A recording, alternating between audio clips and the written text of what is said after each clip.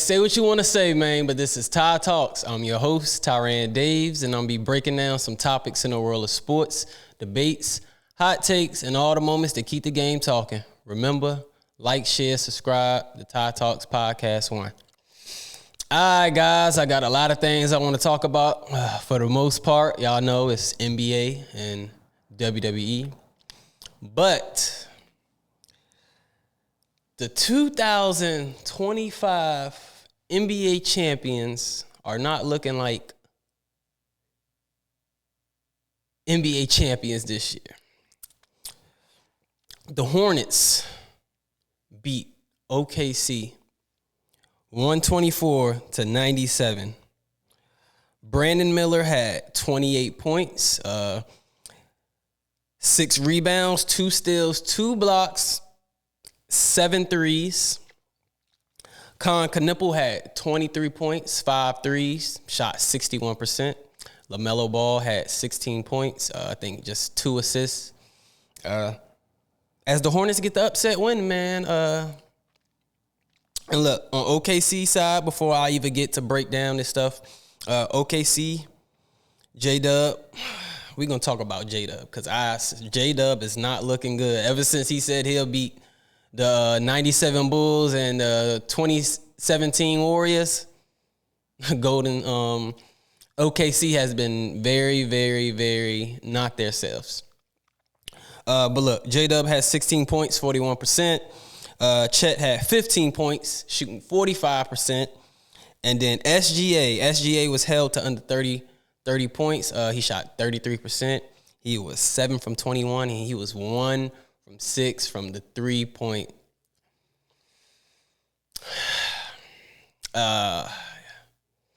This is all I got to say about OKC, man. Ever since San Antonio beat them 3 times, their confidence has been shook. They're indestructible. Oh, we the best. Just their overlook of how they was destroying teams has not looked the same. Teams has been going into these games like, oh, we can beat them. Let's stop Lou Dort. Let's stop Caruso. Let's held SGA under the 30 points. And let's bother J-Dub. J-Dub has not been looking good, man. Ever since he came back, I know he had like a wrist injury, some surgery or something like that. J-Dub have not been looking good this season, dog. Look, OKC over their last 8 games are 4-4. This is not OKC standard, man. It's just shocking to me that they're actually losing now. And look, if anybody went into this game with a money line, let me put $10 on the Hornets. You probably would have won something. If you would have put $50 on the Hornets, you probably would have won something. You would have put $5 on the Hornets, you probably would have won something. Because I'm probably nobody in the world, besides probably Hornet fans, had the confidence that they were going to beat OKC. This was a game that you would be like, oh, I'm not watching this. This is about to be a blowout. But yeah, it was a blowout. It was definitely a blowout. And it was the Hornets beating OKC by 27, man. I don't know what's going on. I don't know if these guys are shook. I do not know what's going on, but it's kind of shocking that the script is changing and OKC is looking very, very, very beatable right now. And it's not a good look for them dudes, man. It's really a confidence shooker, man. I don't know what's going on, man. I really do not know what's going on. Bye. Next. Kevin Durant, the greatest scorer of all time. 50, 40, 90, multiple times. 2-time finals MVP. 2-time NBA champion. Finals, averaged 35 in the finals. We know who Kevin Durant is. Everybody knows who Kevin Durant is. But Kevin Durant, on his former team, the Phoenix Suns, which he said labeled him as the scapegoat and got rid of him, even though he wanted to stay, lost. KD hit the game winner on him at the top of the key on Booker. to win the game. The Houston Rockets right now are without Alfred Şengün, and they're probably going to be without Alfred Şengün for probably like 4 weeks. But without Şengün, they are 7-1. Like when Şengün is not playing, KD is leading them.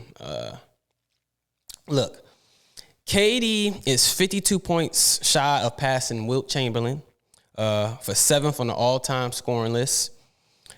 He finished with 26 the other night with the game winner against Phoenix. He said, passing Wilt Chamberlain sets a standard that I try to reach every day. KD is on pace to average at least 25 and shooting 50% or better for his 13th consecutive season. I don't know why people don't think KD the best scorer of all time. He's easily the most efficient, best scorer ever, dog. I know people be like, oh, he haven't dropped 60 points. He didn't drop 81. Man, look, we got to stop this nonsense. It's easily, you can look at the stats and just say that KD is the greatest scorer that ever walked into the NBA by far. There's nobody comparison. I don't think nobody will ever do what he's doing, bro. 13 consecutive seasons, 50% or better, 50, 40, or 90 multiple times. This dude is the greatest scorer of all time, and it just is what it is, bro. There's nobody that can compare to that, man. I know they say, He went to Golden State, and he averaged 35 points in the finals both years in a row, hitting game winners both years in a row. KD was the best player on that Golden State team. And it's easily said than done, man. Like, I don't know what much more do y'all want from KD, bro. Honestly. I'm gonna just leave it at that, bro. I'm gonna just leave it at that for right now. But next, somebody that is a culture-setting player, somebody that is averaging 21 points this season, shooting 46.1% field goal. This dude right here has went from Memphis to Houston to Phoenix. And every time he goes to a new organization, they become a winning organization. They win a whole lot of games. Phoenix Suns are 21-15. And we know who I'm talking about. I'm talking about Dillon Brooks. When he was in Memphis, they were in the conference finals. They were doing way better. Ja Morant looked way better. When he left, the Grizzlies went downhill. When he went to Houston, Houston automatically became a second seed with not a huge score because Şengün won't doing what he's doing last year. And Jalen Green has never developed into what he's supposed to. But with that being said, Dillon Brooks is a culture-setting player, and people hate him. People hate Dillon Brooks because he comes out there and he competes every night. He hustles.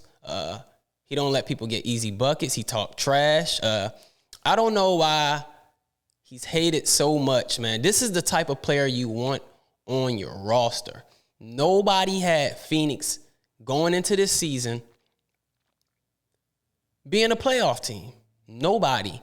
They don't even have Jalen Green. Grayson Allen has missed a lot of games. Devin Booker is shooting 29% from the three this year. And that's one of my favorite players. Dillon Brooks is a huge addition, man. And look, Matt Ishbia, all this, the Lakers want Dillon Brooks. Matt Ishbia is not trading Dillon Brooks. Let me tell you that now. He is not. And he already said it on Twitter. He's not trading him. But like I told y'all, Dillon Brooks is averaging 21 points this season. He just changed the whole culture for the Phoenix Suns. Look, and when you go look back at that trade with Houston and Phoenix, everybody thought the big part of the deal was the draft pick. No. it was Dillon Brooks, man. For the Phoenix side, it was the acquisition of Dillon Brooks has changed everything for the Phoenix Suns. Also, Jordan Goodwin is a huge part. The Lakers had him, and they waived him for nothing. Phoenix got him. Man, look, this is all I got to say. Dillon Brooks, the culture-setting player, he is. Nobody should be hating on this man at all. He is what you want every night on your team and what you need every night on your team. So, and Phoenix is only lost 15 games. I know they like the 8th seed right now, but they has been dropping and climbing. You know, the standings in the West is very, very loaded, but he has changed everything for that organization. And look, I'm going to give all praise to Dillon Brooks because he is most definitely a game changer. All right, next, guys. So the second ballot for the All-Star is back, and Luka Doncic still leads the West. Still got Jokic, Steph, Shea, Wemby. And Denny Adiva at 7, LeBron and KD 8 and 9, Sengun, Austin Reeves, Harden, Kawhi Leonard, Anthony Davis, Jamal Murray, Cooper Flagg, Devin Booker, Lauri Markkanen, Jimmy Butler, and Stephon Castle. Then we go to the East. We got Giannis, Jalen Brunson, Tyrese Maxey, Cade Cunningham, Donovan Mitchell, Jaylen Brown, Karl Anthony Towns, Jalen Johnson, Michael Porter. Michael Porter has been going stupid this year. I can't wait to see what Michael Porter end up. Pascal Siakam, Brandon Ingram, LaMelo Ball, OG, Scotty Barnes, Mikal, Josh Hart, Embiid, Norman Powell, Josh Giddey, and Franz Wagner. Man, I'm glad Scotty Barnes finally got some votes. But when I tell you Knicks fans are so biased, your boy Jalen Brunson the other night, before I talk about this Jalen Brunson thing, let me just tell you this. Why do Josh Hart have votes? Why do OG Anunoby have votes? It doesn't make no sense. Knicks fans, y'all got to stop with this bias stuff. Your man the other night against Detroit, y'all said, look, this is for everybody. Everybody that told me that Jalen Brunson is better than Cade Cunningham. He's not, bro. He's better. He's better. He's better than Cade Cunningham. Okay. That's a pathetic thing to say, man. This man is a point guard. Jalen Brunson had 0 assists against the Detroit Pistons. 0. 0, 0, 0, 0, 0, 0 assists against the Pistons. But he's better than Cade Cunningham. That's so hilarious to me. You Knicks fans, just a man that ISO every play is better than Cade Cunningham. I'm going to leave it at that. No, it's insane that y'all think Jalen Brunson is better than Cade Cunningham. Cade Cunningham would never, ever have a game that he have 0 assists. 0 assists. And look, this is what I'm saying, man. In that game, Cade Cunningham had 13 assists against Jalen Brunson. Your boy Cat didn't show up in that game either. I'm telling y'all, Knicks fan, bro, the Knicks is not going nowhere in the playoffs. There's no way OG and Mikal really can't defend anybody, bro. It's kind of pathetic, man. It's kind of pathetic. As much as good y'all can be a regular season team, and y'all probably can make it out the first or second round, I just don't know. I just do not know about the Knicks. I don't know how far they can actually go with Jalen Brunson. I'm going to be honest, I don't think they can get very far with Jalen Brunson and Karl Anthony Towns. I just don't see it at all. I just don't see it. I'm going to leave it at that. All right. Next, on to some WWE, because everybody know that WWE and Peacock deal has ended. they are transferring all their library and stuff to Netflix. So WWE signed a non-exclusive deal that will make Netflix the new USA home for its content library starting yesterday. Netflix subscribers can stream every premium live event held before September 25, including WrestleMania, SummerSlam, and Royal Rumble. Man, Netflix is buying out a lot of companies and making all these deals. I think it's so good on their part, man. I just love that Netflix is doing this. I don't know what y'all think or how y'all feel, but back in the day, bro, Netflix was just like a couple shows and stuff like that. But now they just taking over and just buying companies out. But it's kind of easy and quick. I can't wait to see what content. We need all the Raws from the early 2000s. We need all the SmackDowns from the early 2000s. We need probably ECW, etc., man. I would love to see all that content on Netflix eventually. Even their little own WWE page on Netflix. It'd be great to see. But look, guys, I want to go ahead and switch over to this Stranger Things Raw, because it was kind of overwhelming. It was too many commercial breaks. Thought it had a lot of bright spots, but I thought it was kind of rushed in a sense. But I'm not going to complain that much, because people complain every Raw, every Monday, every SmackDown. Every week people is complaining. Well, I'm going to go ahead and jump into this. Rhea and Io Sky are now the new women's tag team champions. They are probably the most two popular women wrestlers right now, so it's good to see them get a decent break from singles competitor competition and form a tag team and start winning these tag team championships, building, you know what I'm saying, more to their legacy and resume. So I love this for Riho and Io, and I love this, man. It's congrats to y'all on winning the women's tag team championships. It's good to keep those tag team championships luxurious too, because at one point they were diminished and didn't mean anything really, honestly. Next, Maxine lost to Becky. I'm kind of disappointed because I wanted to see Maxine getting some more storylines, some better matches, and hold on to the title a little longer, but I understand what they're doing. If you know, AJ Lee probably is going to end up taking that title from Becky. I don't know when. It's probably a storyline already being written for that. But yeah, Becky Lynch is the first ever two-time Intercontinental Women's Champion. And congrats to her also. Next week, bro, we is getting Gunther versus AJ Styles. As y'all know, AJ Styles' contract is coming to an end very, very soon. I think it's after Royal Rumble, February sometime. I don't know if they're going to extend it until WrestleMania or something, but we'll see. But Gunther versus AJ Styles is set next week for the first time ever. AJ came out there and slapped Gunther. They were in each other's faces. This is going to be a great match. AJ Styles versus Gunther. I cannot wait to see this match.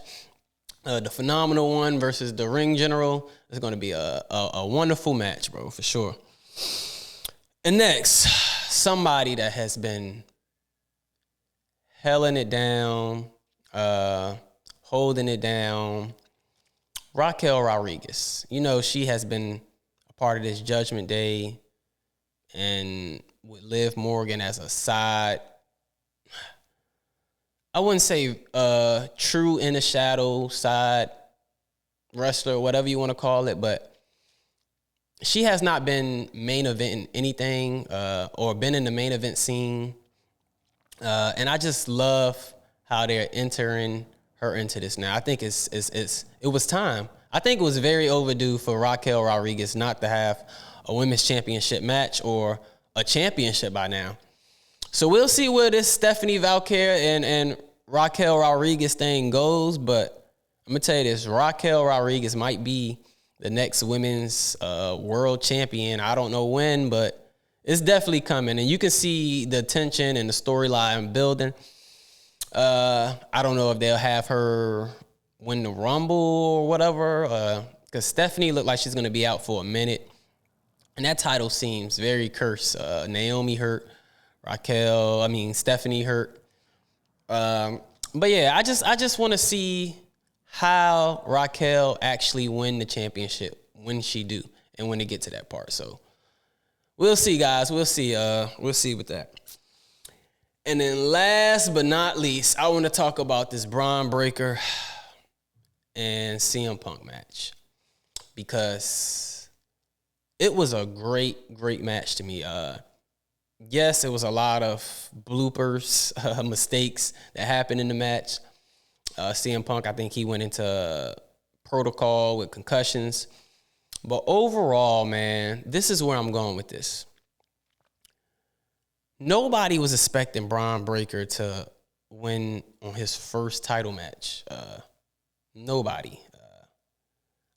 Honestly, I don't see him actually winning the title until like WrestleMania or something, if they do that, or later on down the line. But he was not being CM Punk the first time in a World Heavyweight Championship match.